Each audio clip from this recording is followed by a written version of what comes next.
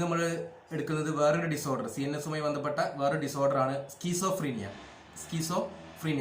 Schizophrenia is a mental illness characterized by psychotic symptoms. Okay, schizophrenia അതായത് ചിത്തഭ്രമം എന്ന് കേട്ടില്ലേ, ചിത്തഭ്രമം അതാണ് സ്കീസോഫ്രീനിയ. അതിൻ്റെ ഏറ്റിയോളജി, റിസ്ക് ഫാക്ടേഴ്സ്, അതായത് ഏജ്, നമ്മൾ പാർക്കിൻസൺ ഒക്കെ പഠിച്ചപ്പോൾ ഏജിന് കുറച്ച് കൂടുതൽ ഏജ് ആയതാണ്. പക്ഷേ ഇതങ്ങനെയല്ല. ഇതൊരു ആവറേജ് ഏജ് എന്ന് പറയുകയാണെങ്കിൽ മെയിൽസിൽ ഫീമെയിൽ 16 to 30 ആണ്. അതായത് നമ്മളൊക്കെ ഒരു ഏജ് 16 to 30 ആണ്. ഓക്കെ, പിന്നെ അതിൻ്റെ വേറെ ഏറ്റിയോളജി എന്താ പറയുക, ഫാമിലി ഹിസ്റ്ററി ഒരു ഏറ്റിയോളജിയാണ്. അതുപോലെ തന്നെ genetic factors and family history. പിന്നെ എൻവയോൺമെന്റൽ സ്ട്രെസ്, അതായത് സ്ട്രെസ് ഇൻഡ്യൂസിങ് ആക്ടിവിറ്റീസ് ലൈക്ക് എന്തെങ്കിലും സ്കൂൾ ഓർ വർക്ക് പ്രോബ്ലംസ്, സ്കൂളിലോ വർക്കിൽ എന്തെങ്കിലും പ്രോബ്ലംസ് ഉണ്ടെങ്കിൽ അതേപോലെ തന്നെ അതിൻ്റെ സിംറ്റംസ് പറയുമ്പോൾ എന്താണ് പ്രോബ്ലംസ് നമുക്ക് എങ്ങനെ അത് എഫക്റ്റ് ചെയ്യാൻ മനസ്സിലാവും. ഓക്കെ, പിന്നെ എന്തെങ്കിലും എന്താ പറയുക ഫാമിലി കോൺഫ്ലിക്റ്റ്, അതുപോലെ rejecting by others, low social support, major life events എന്ന് പറഞ്ഞാൽ നിങ്ങൾ പറഞ്ഞ പോലെ പാരൻസിൻ്റെ മരണമോ അങ്ങനെ എന്തെങ്കിലുമൊക്കെ ആവാം.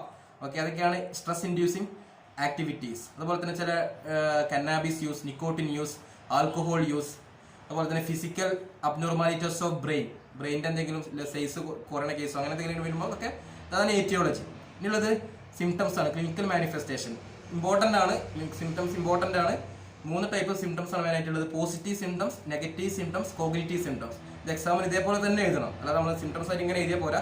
Positive symptoms, negative symptoms and cognitive symptoms. Parkinson ഡിസീസിന്റെ കേസിൽ നമ്മൾ മോട്ടോർ സിംറ്റംസ്, നോൺ മോട്ടോർ എന്ന് എഴുതിയല്ലോ, അതേപോലെ തന്നെ എന്ത് ചെയ്യണം, ഇത് ഇങ്ങനെ എഴുതി കഴിഞ്ഞാൽ എന്ത് ചെയ്യുള്ളൂ, നമുക്ക് ഇതിനെ കുറിച്ച് അറിയാമെന്ന് മനസ്സിലാവുള്ളൂ. Positive symptoms, negative and cognitive. First positive symptoms ആണ്. പോസിറ്റീവ് സിംറ്റംസ് എന്ന് പറഞ്ഞാൽ here distortion or excess of persons normal thinking and functioning. ഇവിടെ പേഴ്സൺസിന്റെ നോർമൽ തിങ്കിങ് ആൻഡ് ഫംഗ്ഷൻ ഒന്നുകിൽ കൂടുക അല്ലെങ്കിൽ ഡിസ്റ്റോർഷൻ സംഭവിക്കുക.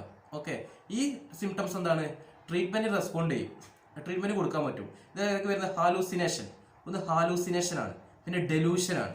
ഹാലൂസിനേഷൻ, ഡെലൂഷൻ, പിന്നെ തോട്ട് ഡിസോർഡർ. എന്താ ഹാലൂസിനേഷൻ എന്ന് പറഞ്ഞാൽ? ഹാലൂസിനേഷൻ ഒന്നുകിൽ see, hear, smell or and feel things that no one else can. അതായത് വേറെ ആരും കാണുന്നില്ല, ആ പേഴ്സൺ ഇങ്ങനെ എന്തെങ്കിലും കാണുക, നമുക്ക് അവർക്ക് തോന്നുക എന്തോ ഇങ്ങനെ കാണുന്നുണ്ട്, ഒന്നുമില്ല, സംഗതി ഇല്ല അവിടെ, പക്ഷെ അവരാരോ ഉണ്ട് അല്ലേ, അല്ലെങ്കിൽ എന്തോ സൗണ്ട്, ഭയങ്കര സൗണ്ട് കേൾക്കുന്നുണ്ട്, എന്തൊക്കെ സൗണ്ട് കേൾക്കുന്നുണ്ട്, ആരൊക്കെ എന്നെ കുറിച്ച് എന്തൊക്കെ പറയുന്നുണ്ട് അല്ലേ, നമുക്ക് അങ്ങനെ തോന്നാറുണ്ടോ? അങ്ങനത്തെ കേസുകളൊക്കെ എന്ത് ചെയ്യാണ്, ഇല്ലാത്ത സംഗതി ഉണ്ടെന്ന് തോന്നുകയാണ്. മീൻസ് അങ്ങനത്തെ കാഴ്ച, കേൾവി, അങ്ങനെയൊക്കെ അവിടെ ഭൂതമുണ്ട് അല്ലേ, അങ്ങനെയൊക്കെ തോന്നാറുണ്ട്. അങ്ങനെ തോന്നുന്ന കേസുകളൊക്കെ വെറുതെ ഹാലൂസിനേഷൻസ്. പിന്നെ ഡെലൂഷൻ ആണ്. Delusion, believe things that are not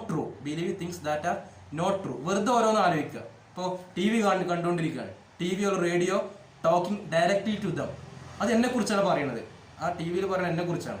അല്ലെങ്കിൽ എന്താ പറയുക, believe others are always trying to hurt them. അതായത് വേറെ ലോലൊക്കെ എന്നെ കുറിച്ച്, അവിടെ കുറച്ച് ആളുകൾ കൂടിയിട്ടുണ്ട്, അവർ എന്നെ കുറിച്ചാണ് പറയുന്നത്, എന്നെ കൊല്ലാനുള്ള പരിപാടിയാണ് അല്ലേ, അയൽവാസികളൊക്കെ എന്നെ കുറിച്ചാണ് എന്തൊക്കെ പറയുന്നുണ്ട്, അവർ എന്നെ കുറിച്ച് ഗൂഢാലോചന നടത്തുകയാണ്, അങ്ങനെ തോന്നുകയാണ്. അപ്പോൾ ചിലപ്പോൾ എന്ത് ചെയ്യും, ഇവർ വയലന്റ് ആവും, വീട്ടിൽ നിന്ന് പുറത്ത് പോയി കല്ലൊക്കെ എടുത്തെറി.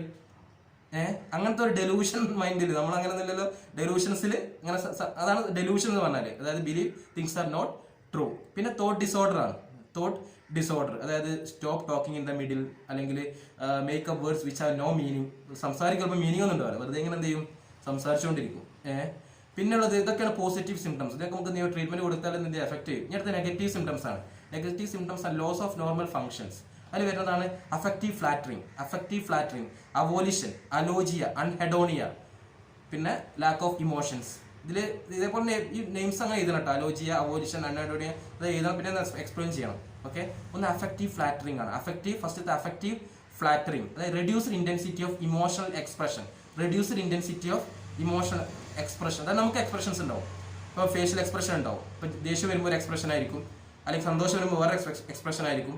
അതൊന്നും അവർക്ക് അതിൻ്റെ ഇന്റൻസിറ്റി കുറയും, കൃത്യമായിട്ട് ആവില്ല. അവരുടെ ഫേഷ്യൽ എക്സ്പ്രഷൻ നോക്കി ഒന്ന് മനസ്സിലാവും നമുക്ക്.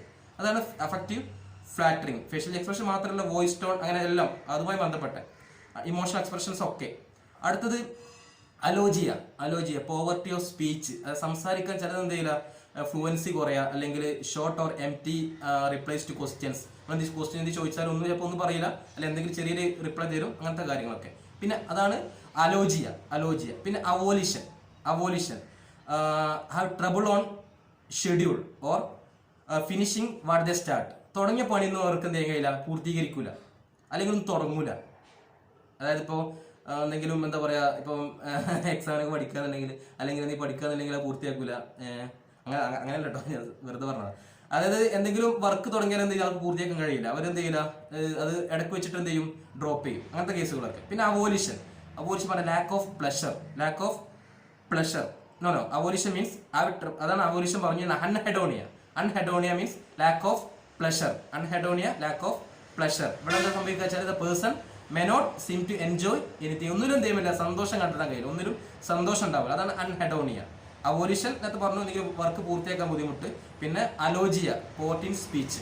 ലാസ്റ്റ് ലാക്ക് ഓഫ് ഇമോഷൻസിന് ഒരു ഇമോഷൻസ് കാര്യമായിട്ട്, അതായത് low energy, lack of interest in life, inability to make friends, social isolation. ഫ്രണ്ട്സൊന്നുമായിട്ട് അവർ കൂട്ടുകൂടില്ല, സോഷ്യൽ ഐസൊലേഷൻ, വീട്ടിൽ തന്നെ എങ്ങനെ ഇരിക്കുക, പുറത്തേക്കൊന്നും അങ്ങനെ പോകില്ല. അങ്ങനത്തെ കേസൊക്കെ. ഒരു എനർജി ഉണ്ടാവില്ല, ആകെ ക്ഷീണിച്ചിരിക്കുക. അങ്ങനത്തെ കേസൊക്കെയാണ് എന്ത് വരിക, ലാക്ക് ഓഫ് ഇമോഷൻസിൽ വരിക. ഇതൊക്കെയാണ് നെഗറ്റീവ് സിംറ്റംസ്. ഇതൊക്കെയാണ് affective flattering, avolition, alogia and anhedonia and lack of emotion. Last cognitive symptoms ആണ്. ഇവിടെ എന്താ സംഭവിക്കുക വെച്ചാൽ അവർ ജോബിനൊന്നും പോകില്ല, ജോബിന് പോകാൻ കഴിയില്ല. അതുപോലെ തന്നെ അവരെ എന്താ പറയുക, take care themselves, self care ഒന്നും കൃത്യമായിട്ട് പ്രോപ്പർ ആവില്ല. മര്യാദ കുളിക്കൂല, ഡ്രസ്സൊന്നും മര്യാദയ്ക്ക് അങ്ങനെ ഒരു കെയർ ഉണ്ടാവില്ല അവർക്ക്. അതുപോലെ തന്നെ പൂർ കോൺസെൻട്രേഷൻ, പൂർ മെമ്മറി, കൃത്യമായിട്ട് ഒന്നിനും കോൺസെൻട്രേറ്റ് ചെയ്യാൻ പറ്റില്ല, മെമ്മറി ലോസ്, അങ്ങനത്തെ കേസ് വരിക. അതുപോലെ തന്നെ trouble paying attention, trouble in ലേണിംഗിന് ട്രബിൾ, പേയിങ് അറ്റൻഷൻ, കോൺസെൻട്രേഷൻ കൊടുക്കുന്നതിന് ട്രബിൾ, ഒക്കെ അതിൽ വരിക. ഓക്കെ, ഇതൊക്കെയാണ് അതിന്റെ symptoms, positive, negative and cognitive. ഇങ്ങനെ തന്നെ എന്ത് ചെയ്യണം, പഠിച്ചത് നോട്ടിലുണ്ട്, കാര്യം നോട്ടിൽ എന്തുണ്ട്. ഓക്കെ, ലാസ്റ്റ് പാത്തോഫിസിയോളജിയാണ്. പാത്തോഫിസിയോളജിയുടെ ഹൈപ്പോത്തിസുകളാണ്. അതായത് എന്താ പറയുക, ഈ എൻവയോൺമെന്റ് ഫാക്ടർ, ജനറ്റിക് ഫാക്ടേഴ്സ് ഒക്കെ ബ്രെയിനിൽ എന്തെങ്കിലും ചേഞ്ചസ് ഒക്കെ വരുത്തും. അതിൽ 3 ഹൈപ്പോത്തിസ് മെയിനായിട്ട് പറയാം. ഒന്ന് ഡോപ്പമിൻ ഹൈപ്പോത്തിസ് ആണ്. ഗ്ലൂട്ടമിനർജിക് ഹൈപ്പോത്തിസ് ആണ് ഒന്ന്. അതായത് ഡോപ്പമിനിൽ വരിക ഹൈപ്പർ ആക്ടിവിറ്റി ഓഫ് ഡോപ്പമിൻ. ഇവിടെ ഡോപ്പമിന്റെ ആക്ടിവിറ്റി കൂടുകയാണ് due to increased sensitivity and density of receptors. Dopamine റിസപ്റ്റേഴ്സിന്റെ സെൻസിറ്റിവിറ്റി ഒക്കെ കൂടിയോണ്ട് ഡോപ്പമിന്റെ ഹൈപ്പർ ആക്ടിവിറ്റി. പിന്നെ അടുത്തത് ഗ്ലൂട്ടമിനർജിക് ഡിസ്ഫങ്ഷൻ. വേറൊരു ന്യൂറോ ട്രാൻസ്മിറ്റർ ആണ് ഗ്ലൂട്ടമിൻ, അല്ലേ? അതിന്റെ ഡിസ്ഫങ്ഷൻ വരികയാണ്. അതുപോലെ തന്നെ സെറട്ടോണിൻ അബ്നോർമാലിറ്റി, ഇൻക്രീസ്ഡ് സെറട്ടോണിൻ. ഇത്രയും കാര്യങ്ങൾ എന്ത് ചെയ്യണം, നിങ്ങൾ എക്സാമിന് പഠിച്ചു വെക്കണം. സിംറ്റംസ് വളരെ ഇമ്പോർട്ടന്റ് ആണ്. പാത്തോഫിസിയോളജി ചാർട്ടും കാര്യം വെച്ചിട്ട് എന്ത് ചെയ്യണം, ബ്രീഫായിട്ട് ഒന്ന് എക്സ്പ്ലെയിൻ ചെയ്യും വേണം. ഓക്കെ.